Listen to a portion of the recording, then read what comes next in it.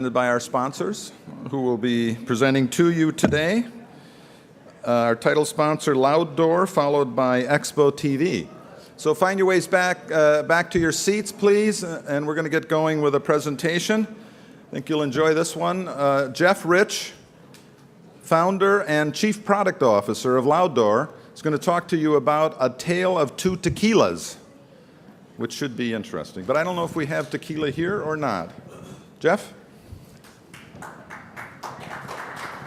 Appreciate it. All right. So I drew the lunch hour after a 6-hour flight sitting on a little RJ today. Got stuck on the tarmac on one end, stuck on the tarmac on the other end.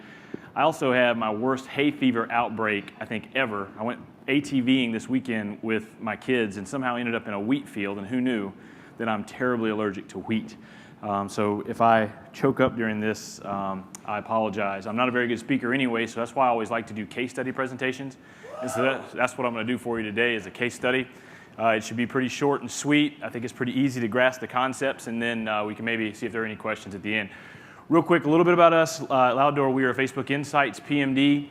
We specialize in market research on using Facebook for market research. Essentially what we do is we help take you behind the wall on Facebook. So there's tons of great data that people are entering into Facebook every day, but it all lives behind the walled garden on Facebook. So if you can't get consumer opt-in permission, you can't access this data. So what I'm going to show you is I'm going to show you how our platform enables you to not only access the data, but then to use the data for some killer brand strategies. The case study we're going to talk about is, I call it A Tale of Two Tequilas. These are two of Jim Beam's tequila brands. They're very different. They have very different marketing and positioning.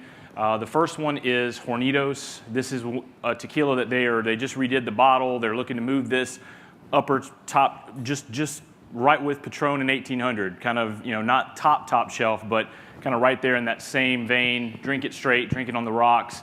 They have a marketing message around this pure temptation angle. So it's kind of a high-end tequila. The other tequila is Salsa, which is more of a well-drink tequila. Just pour this into anything that you want. Margaritas and different mixed drinks, things that go in a blender. So what they wanted to do is they wanted to go out and conduct research on Facebook, and they wanted to find out who are the people that are consuming tequila and what form are they consuming tequila in, because that's really what their marketing strategies pivot around. They want, again, people that are drinking it straight to go to Hornitos, people that want to throw it in a margarita to go to Salsa. So what they do is they go in our platform and they load in a couple of questions, the things they want to ask. Do you consume tequila? If so, how do you consume it? Then our platform actually deploys this on Facebook. And so we primarily use Facebook ads to get people, solicit panel. What Facebook gives us is Facebook gives us 165 million users in the United States that we can panel for market research. That's bigger than any market research panel out there. And in fact, there are a lot of dirty secrets in the market research world. The first being that when we talk about millennials, do you know that less than 50% of people in America either have or use a landline? So just stop and think about that for a second. If you're in the market research business, market research hinges on telephone. And right away, 50% of audience doesn't even use a phone. And that really skews down when you start talking about millennials. The thing that Facebook allows us to do is Facebook allows us to reach essentially everyone. There's no holes in this paneling. We're able to get sample on everything that matched back to U.S. Census. We can cover all income breakdowns. So the sample field is just tremendous. And then on Facebook, one of the first things that we do is we want to tell people what we're doing. We want to be very open and transparent. So we tell them that, look, this is market research. We're going to ask you a couple of quick questions. One of the things that we do, that Facebook enables us to do, is we can actually give people a chance to win a prize that's something that they care about for taking a market research study. So we get calls all the time probably where people say, hey, we want you to take a study. We'll give you a chance to win an iPad. I'm never going to take a sweepstake. I'm never going to take a survey to win an iPad. But on Facebook, we, using our platform, could target me to take a survey. We could say, hey, we'll give you a chance to win a Bryce Harper rookie baseball card. And I collect baseball cards. So that's something that I would do. I would take a survey for a chance to win a Bryce Harper rookie card. And everyone in here has some type of button, something that they could push. For the Wall Street banker, maybe it's a round of golf at his favorite golf course. For the stay-at-home mom in Topeka, maybe it's a chance to win a Bed Bath & Beyond gift certificate. And so what our platform does is it uses all of Facebook's available data to target market research and to make sure that we're sampling and getting adequate coverage of the right audiences. Then first step in the process is people allow us access to their Facebook data. Again, why are they doing this? They're doing this for an opportunity to participate in the survey. They're doing it for an opportunity to make the brands they care about better. And generally, they're doing it for some type of opportunity to enter to win a prize of some sort that is interesting to them. For some groups, we actually don't use prizes. They're men that are 55 plus. They're actually more likely to give you their opinion if you just tell them that you want them to influence the products that they care about. If you find some guys that say, hey, do you drink tequila? We want to get your feedback on the tequilas that you like. 55-plus-year-old men are more likely to do that than if you give them an opportunity to win a prize. So we never incentivize anyone with points. We only use the prizes, and that makes a big difference in the quality of the research. So then from there, these are the questions that they loaded. The users would allow us access to their Facebook profile, and then they answer those questions. Now, in this particular case study, one of the sample groups was each of these 2 pages' respective fans. And so when this initial research came back, what we found out right away is that only 39% of the Hornitos fans were actually consuming tequila had consumed tequila in the most recent month. 24% of the Salsa fans had consumed a margarita in the past month. So if you're building a Facebook audience and this is the result that you're getting, something's wrong with your targeting. If you're a tequila company, you're not on the mark. And every company probably has problems in their strategy where they're not necessarily drilling down to the ideal audience. So then what are you able to do? How can you take this data and make a difference with it? So starting with these ideal customers, the thing that you can do is you can actually drill down and look to see what are the interests, the precise likes and interests that they have on Facebook that over-index for that particular audience. And so what we found here for Hornitos is that young men, ages 21 to 30, that participate in these mud races, the obstacle races where you run over the walls, through the mud, slide, get dirty. Those guys are 30 times more likely than a typical Facebook user to drink tequila straight. And the brand never knew this. This is the type of finding that they never knew until they came along and conducted this type of research. Because this is the thing that if you're sitting around trying to figure out what do we ask users on a market research study, no one's going to think to ask, hey, do you participate in mud races? The reason this surfaces is because we find it in the interest graph data from Facebook, and then we pair it back with the survey findings to then correlate what it is that these people are doing. What TV shows are they watching? What music are they listening to? And the Salsa audience was completely different. People who are making margaritas at home are also much more likely to brew their own tea. So if you need to sell margaritas to somebody on Facebook, people that like Tetley tea and Honest tea are going to be 30 times more likely, give or take, to also make margaritas at home. So now this data becomes very valuable from the standpoint of now targeting this ideal audience. It doesn't matter what you want to do with this. It doesn't matter if you want to build your page with more fans, or if you're just looking to run a campaign, an awareness campaign, whatever you're looking to do, you can target it based off of this data. And this data becomes really powerful when you start clustering these keywords together. So you come up with a group of movies that these people watch, a group of hobbies and interests that they have, and then you run ads to each of these individual clusters. And then what happens in this little flower graphic here is that right in the center of that Venn diagram, that's where the most of your impressions are going to go. And the more overlap you have in the clusters, the more you're going to target your ideal user. The results of this are pretty phenomenal, and we see this time and time again. For Hornitos Tequila, they went from that 29% tequila consumption rate up to 84% of the new audience that they acquired using this method had self-reported. We did a follow-up campaign, a post-campaign. 84% of them self-reported tequila consumption in the last 30 days. Not just tequila consumption, but drinking it either straight, neat, or on the rocks. And that makes a big difference. And so there are tons of campaigns that are being powered off of this type of data. So if you're Arby's and you want to find people who care about the ingredients in their fast food, if you're Kool-Aid and you're releasing a new powdered beverage and you want to find people who say that they're health conscious, but they're not really. And but you want to kind of go to that low-calorie sweetener idea, but yet you're still selling Kool-Aid. There are different attitudinal and behavioral things. Your brand message, you've already paid a lot of money to come up and craft brand messages. So a lot of times you hear in social media that you need to speak to your audience. You need to make the message fit the audience. Well, how about make the audience fit the message? You already know what you want to say. You know how you want to position your brand. You know what your strategies are where you win. Hornitos wins on straight tequila consumption. If they built their page around people who are looking to pour it in margaritas, it's going to be too expensive and they're not going to sell it.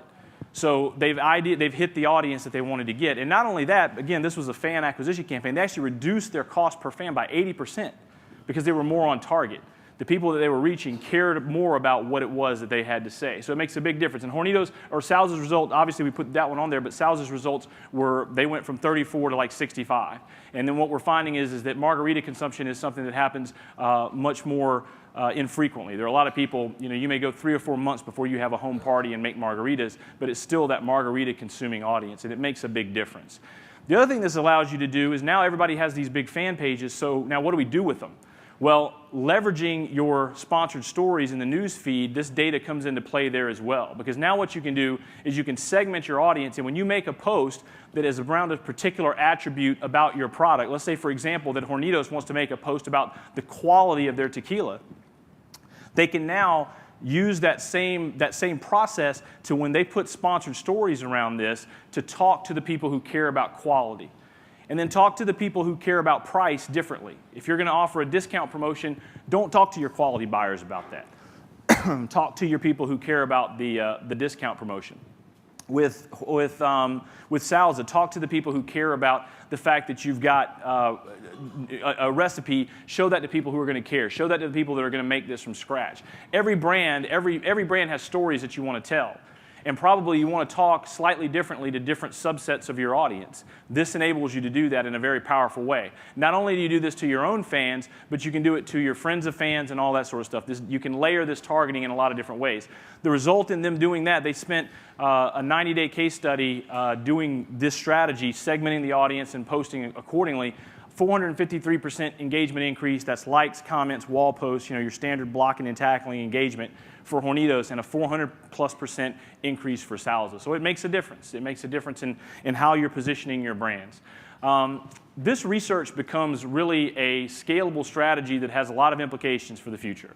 Facebook, as we all know now, has custom audiences. There are things that you can do in this. Amazon, for example, can come into Facebook now with 10,000 of their best customers, and they can load it in as a custom audience and tell Facebook, I want the closest 2 million lookalikes to that audience. And that becomes very powerful for someone like Amazon that has a massive CRM file. But how does a brand like Budweiser do that? When Budweiser has people that are drinking their beer for a particular reason, but yet there is no CRM file around that. You can conduct research on Facebook, take the results of that research, load it in as a custom audience, and then expand that to lookalikes. And that becomes very, very powerful. So for brands that don't have CRM files, for brands that are not able to bridge that gap, this becomes very powerful and something that's incredibly useful for them. The other thing is you can layer this on top of partner categories. So I don't know if everyone in here is familiar, but Facebook just did a deal where they hooked in their ad serving with data from Datalogix and Axiom, so that now you can actually target ads based on offline behavior. So one example is the carbonated beverage category. So Coca-Cola is a LoudDoor client, and Coca-Cola could now go and target people that spend 3 times national average on carbonated beverages. I think that partner category is like 30 million people. So those 30 million people, again, that's based off of their credit card data. The thing you can do with this is you can add on additional layers of attitudinal data. Why are you consuming sodas? Why do you care? If I'm Dr. Pepper, I win in different ways than Coke Red wins. And so layering on top of that attitudes to go with the behavior becomes very powerful, and again, helps you tell the story for your brand. And these things, this data, it transcends how people consume Facebook. I heard someone say earlier, I think it was the lady from Macy's, said that Facebook is becoming less and less relevant for these Gen Ys and Gen Zs. While I agree that there's a perception that this audience may be using Facebook less in the context of how we use it, these people are still there. They still have their social graph mapped on Facebook. Facebook just purchased Atlas, and there's a lot of opportunities in the future for Facebook to take their targeting and take it off of Facebook. And having this data, having your research map back into the social and interest graph so that you have that layer becomes very powerful. Where will we be able to target these ads in a year from now? Well, we already know that Facebook has the killer mobile app, so we know that's a great place to go. But in addition to that, as Facebook expands beyond just targeting on Facebook, and I think that's coming. That's my thought. That's nothing coming out of Facebook. But I believe we're going to be able to use this Facebook data layer to target on more places than Facebook. So when you invest today in market research that you can tie back to consumers' social and interest graph, it becomes very powerful. And it's something that is going to be very beneficial for your brand, not just today, but for a long time to come. So that's the gist of it. I think I got 5 minutes left. If anybody has a question, I'd be more than happy to answer it. Yes, sir. Hold on. Let me.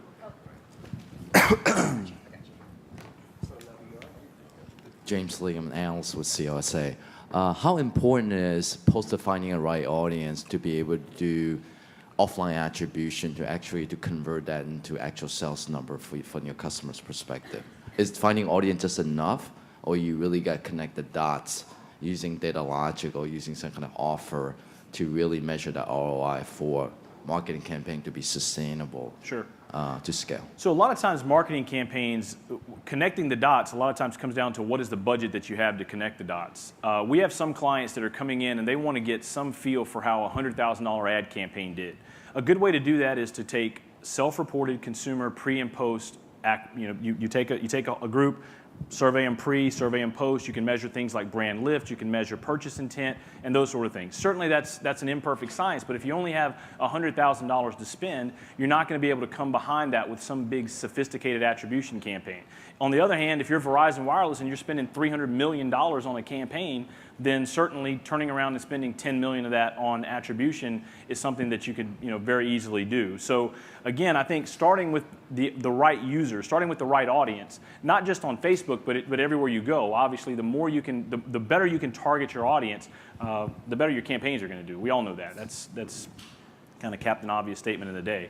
And again, I feel like there are certain things that unless you ask consumers, there's just really no way of knowing. And that's the thing. This is what our platform does. Is our platform allows you to go in, load a question, a la SurveyMonkey, deploy it on Facebook, get the response, have it tied back into the social graph, and have this entire interest graph layer to go with it. And you can do that on a monthly basis if there are things that you need to track on an ongoing basis, or you can do it as a one-off if you just need something for an immediate campaign. And so, again, I would say that pre and post is kind of a cheap way to do it. If you need to do something more sophisticated, then it's just a matter of how much money do you have, and then linking in things like data logics. And Facebook, obviously, they have a lot of things with the Nielsen OCR and all those sort of things for higher-end campaigns that you can do, but a lot of that's budget-based. Anything else? I was told not to expect a lot of questions, so I see you guys did not disappoint. All right. Thanks a lot. Appreciate it. Thanks.